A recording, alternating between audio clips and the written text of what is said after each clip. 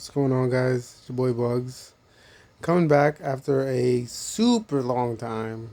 I know a lot of the people that follow me, I mean, not that there are many, know me from One Piece, from playing purple, playing yellow, and my like huge run with the Katakuri and stuff like that. Um, Shortly after that, eventually when Dragon Ball Super Fusion World came out, I basically left One Piece because Dragon Ball Fusion World just seemed really cool, and when I tried the game, I ended up loving it. And essentially, I switched games, and I've been playing since. But if I'm gonna be honest, guys, the game is it's way more fun, but it's also really hard compared to One Piece. There's a lot. It's a completely different game, even though there are a lot of similarities. And if you are a One Piece player interested in trying Fusion World, it is a smooth transition. But there's like certain factors like being able to combo with your board and like just the constant draw power you get in that game that makes the game a lot different. Plus 2K counters, the equivalent of 2K counters in One Piece is the equivalent of a 10K combo in Fusion World, and there's plenty of those. So like you can make your deck the major like it's as if you could make your deck like the majority of your deck 10K counters. I mean 2K counters that are actually like valuable to play, and you still get the combo aspect too. But long story short, I am coming to you guys today because now in set three I have finally like kind of gotten my bearings and done good. Like it's not like I haven't won events in the past. I have won some Fusion World events. I won an event with Trunks, actually two events with Trunks. And like I get a lot of X1s and stuff like that. Not gonna cap like I'm like the best player in the world. I wish I could go to regionals, but Bandai for some reason won't do anything in the tri-state area. I live in New York, and I don't have the capability to travel between work and stuff like that, and it's just not as easy for me as it is for some people. Um, so I haven't been able to play in any of the big events. Although I will say I would love to. That being said, we do have store regionals coming up in September, so that should be cool. But I am here today, guys, with a deck profile for all the people who are GT fans like me, who were waiting for this set and saw Super Saiyan 4 Goku and was like, listen, I don't care how good the deck is, I am playing that. And I'm not gonna lie, the deck feels amazing. It feels great. But Black does feel like it's lacking to a certain degree. So a little more support and the deck will truly be a tier one. Right now, I think it actually can still be considered tier one, but it's very hard to beat a deck like yellow sometimes. Blue can be very difficult, like because literally if your stuff doesn't stick and your board is cleared, you're cooked. So yellow having access to Final Explosion now is huge. In locals today, I came in second place, X1. I beat two green decks, and I lost to a Frieza at the end of it. Final Explosion was huge. Two turns in a row, he used Final Explosion to kill a Super Saiyan 3 Goku and a Super Saiyan 4 Goku. And I only run three because I only have three right now. Because obviously the card is very expensive, and I just haven't been like opening boxes like that. Actually, I opened three boxes. Two of my boxes were Gohan boxes. One of my boxes was a Goku box, and then the other two I got from a good friend of mine. Hooked me up. Long story short, I am here today to bring you guys a profile of a deck that I've been using and doing really well with at locals. It seems really strong, and I feel like it's kind of unique compared to a lot of the stuff I've been seeing a lot of people play, so that's why I wanted to bring it to you guys. So, I'm just going to flip this over. Alright, so we got our leader, Super Saiyan 4 Goku. Um, Everybody knows the other side. Basically, you just draw when you attack, and then you awaken at 4. This side is activate main once per turn, rest the energy, choose up to one of your opponent's battle card. Choose up to one of your battle cards. It gets plus 10k until the end of the turn, and if you use the marker, it gets plus 15. This effect is actually really good. I actually love this effect, but since the set has dropped and I've gotten a lot of testing in and I've played a lot of games, I'm gonna be honest, it doesn't proc very often. And the thing is, a lot of the GT cards are generic anyway, so there's no real incentive to play this leader. specifically over, I know you guys already saw him, this leader. So after 3 events in a row with GT Goku coming in second place, I kind of want to switch and try Bardock. The main difference between Bardock and Goku is that Bardock gets value out of his leader effect every single turn. Because his effect is draw one, then he gets plus 5k on top of that. So he's a 25k swinger on a regular. And you activate main, look at the top card of your deck. And if it's a Bardock screw, you can use it as a combo. If not, you can put it on top or bottom. You're never using it to combo, really. People realize, like, you know what, just looking at a card and saying, like, you know what, I don't need this now or anytime soon, put it on the bottom and see what's next. Or, oh, this is a good card, I'm going to leave it on top like a super combo or something. Just that alone, like, it's really good. So, I'm thinking for my next locals, I'm going to switch from Goku to Bardock. But I'm going to show you guys the deck that I've been using for Goku, because again, I think it's different. And the first card is going to be the 1-drop Super Saiyan Goku. It is a 1-cost 15k with 5k power. If you have an energy marker, this card gets plus 5k. 2 of the games that I won today, it was me going first. But the next card that you guys are going to see, Kakarot, is what enabled me to do really well in those matchups. So basically, for the most part, I always try to have a marker available. So this card just becomes a 20k swing. And the way that this deck plays, in the style that I built it, you're going pretty wide and you're swinging at minimum 20 to 25k every turn. So this card comes in really clutch because just being able to pay 1 energy just to play this, get some value, get a good swing in, and then proceed is really good. And like I said, for the most part, you're always trying to have a marker. That's like one of your goals playing black. The next card I just talked about is Kakarot. This card is really good. The main purpose of this card is to make sure that going first, you get the energy marker. And surprisingly, if you end up going first and you use this on turn 1 to create the marker, you're literally like ahead of your opponent energy-wise every single turn, that point going forward. Because, so you start, you have 1, you create a marker. So now you have 1 plus a marker. They go, they have 1 plus a marker. But every turn after that, you're ramping and then they ramp. So you're literally ahead of them every turn just because of this card. And honestly, black feels better to me personally going first with Kakarot. If you go second, then you don't need this card at all. It just becomes a charge fodder. Like, I mean, you can keep it if you want to ramp randomly. I mean, not ramp, make a marker, and you don't have the 3-drop, you don't have the Goku out. Then this card can maybe be played. But if I go second, most of the time this card just gets charged, and I feel fine. Next, we have 3 cantrip Gokus. A big pattern I've been seeing is that everybody's running 7 to 8 cantrips now. So I'm trying that here. The beauty of black is that some of these cards have effects that get bonuses when you combo. So using a cantrip just gives you double value because you get to use the card, you get to draw a card, then you combo it, boom, now you get to activate a card's extra effect. We'll talk about that card later. I think I only have 1 card that uses that. Actually 2 cards. But in certain builds, this card comes in handy more, mostly like with Bardock crew heavy builds. Next up, one of the best cards in the deck, Hercule. This is basically Black's Peel-Off. Obviously, you don't get the endless loop, but you get to play Hercule. He is a 10k, and he also gets you a 10k back most of the time.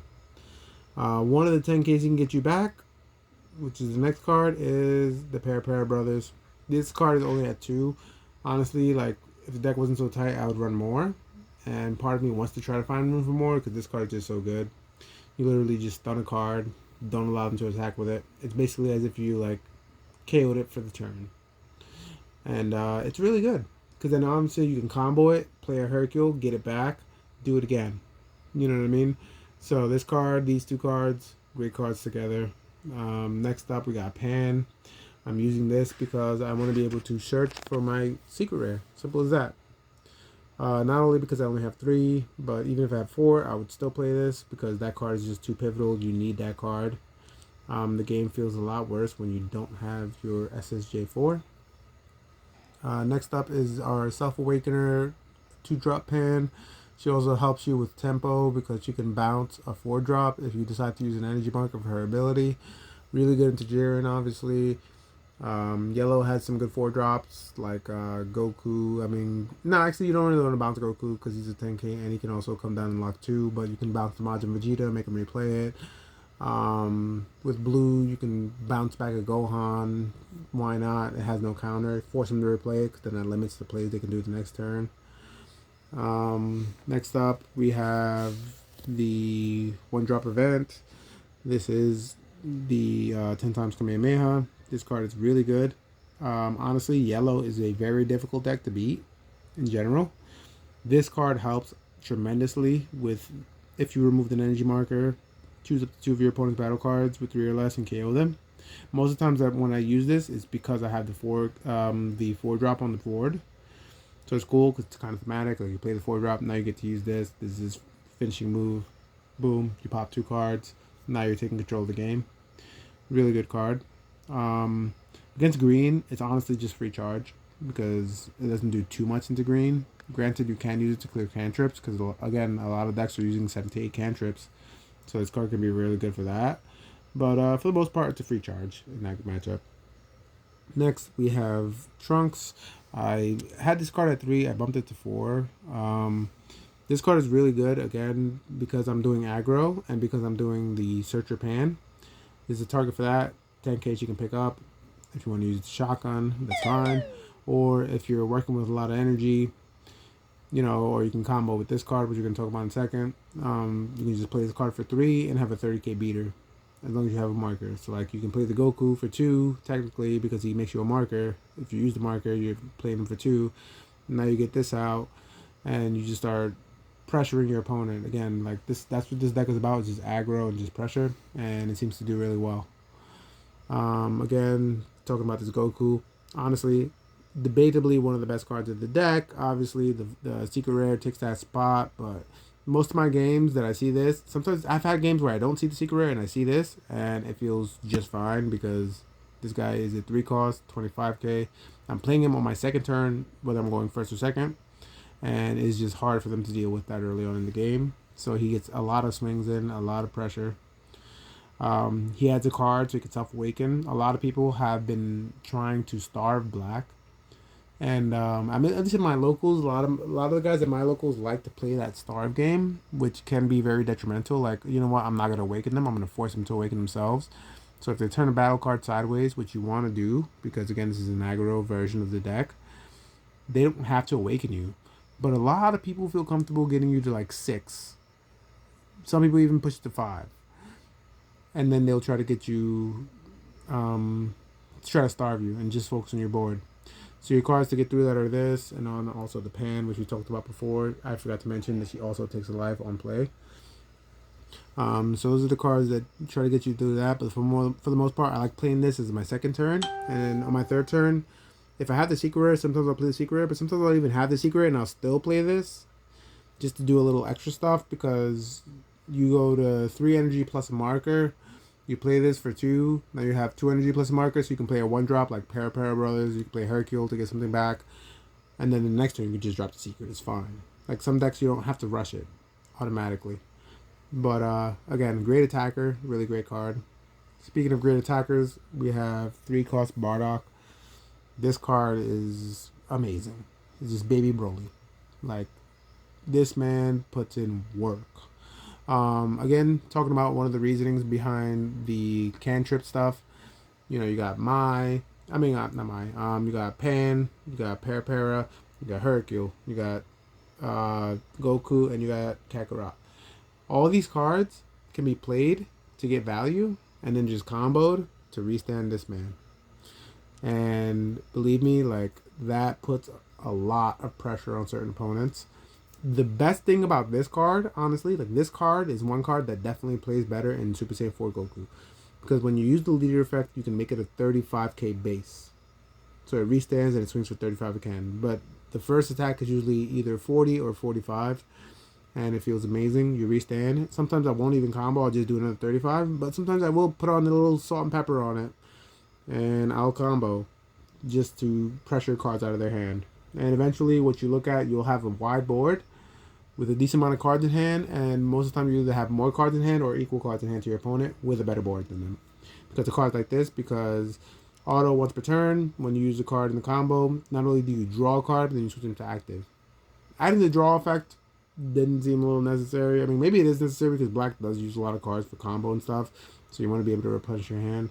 But yeah, literally S tier, A tier card right here. Great card. That's it for really most of the deck and the battle cards. As far as the boss monsters, we got 3 Super Saiyan 4 Goku. Literally the heart and soul of this deck. Establishing 1 is usually enough. Establishing 2 is usually like you pretty much win if they can't do anything about it. Again, my one loss today was because I played against a yellow player who teched in a bunch of copies of Final Explosion and was able to open with 2 of them.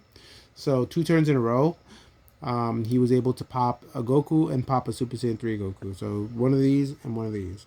Because it was this on turn 2, this on turn 3, this on turn 4, this on turn 5, and literally 2 of these died, 2 of those died. So I think one of the deck, the last one came out, it got popped as well, I believe by a 6-cost Frieza. And at that point, I had pretty much known the game was over. But this card is crazy. When attacking, you create an energy marker and at the end of turn, if you used an energy marker, you draw. So you can play him for 3 basically, because you use the energy marker to play him, remake a new one, draw a card. If you establish multiple, you start drawing multiple cards, and you start getting crazy hand advantage, similar to what yellow does with Bulma, particularly Frieza uses Bulma to draw on both of your turns. I mean, on both turns, like your turn and their turn. So, like, that is crazy. This card is great. If they can deal with it, it feels very detrimental. But like I said, sometimes I've had games where I can get there without even playing this with cards like this, with cards like this to attack, with cards like this as an attacker. You can kind of pressure your opponent down and just go wide and swing at them. Next, we have the 5-drop. Double strike, activate battle once per turn, your turn. If you combo 2 cards, you can KO any card in the game. Great card. I mean, not any card in the game. Obviously, stuff with barrier or other effects that protect them from KO can't be KO'd. But 8 drops. See you later. This card is great. Honestly, the 4 cost is better. Obviously, if I do get another 4 cost, this will probably be a 2-4 split. But 3-3 feels fine. Honestly, like 3-3 feels great. Don't mind it at all. If you look at the deck, these are my only. Actually, these. So there's this, and this. That's my only non-counter to the deck. And if this, I don't know, this feels too good to not play. But you know, I'm a blue player originally in this game for the most part. Played a lot of yellow too. I don't like having a lot of non-counter in my deck, but just having 9, really not that bad. Really not that bad. These are your closers. You know. These are your cards that in the mid-game help you basically get them down to close range. And of course, the last card, Grandpa Gohan, is 4 of those. You gotta play the Grandpa. All in all, let's get you guys a full picture of the deck. There we go. This is terrible. I'm sorry. Boom. 3 here, 3 here. As you can see, it's very consistent. A lot of 4 ofs, 3 ofs. Playing 2 ofs and 1 ofs. I mean, you can get away with it in a game like this where you draw so many cards and you see so many cards, but you want to keep your decks as consistent as possible. This is a list that I think you can play either leader with and do just fine. But Bardock is probably better because his effect just goes off a lot more. Goku is a vanilla a lot of the time. So, anyway, guys, that is the video. If you're interested in seeing some other lists, I literally have a deck for every color. I will say that like I play a lot at locals. I don't have the opportunity to go to regionals, but I do feel like I'm a pretty good deck builder for the most part, and a pretty good player as well. You know, I can misplay, but a lot of the guys in my area are top notch. I play against good competition. I'm not playing against just random people from the sim who don't have complete decks because the RNG is terrible. Anyway, that's it for me, guys. Yeah, guys, next time. Peace.